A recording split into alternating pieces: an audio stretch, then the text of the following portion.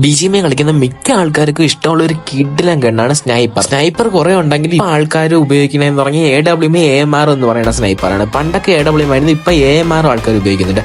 ആ AWM AMR വെച്ച് 4 കിഡിലം shots എടുത്തിട്ടുണ്ട്. അതൊന്ന് കണ്ടുവെക്ക്. അതിനു മുമ്പ് കാറിൽ ഇരുന്നു കൊണ്ട് M4 വെച്ച് കിഡിലം 2 സ്പ്രേ ഉണ്ട്, ഒന്ന് കണ്ടുവെക്ക്.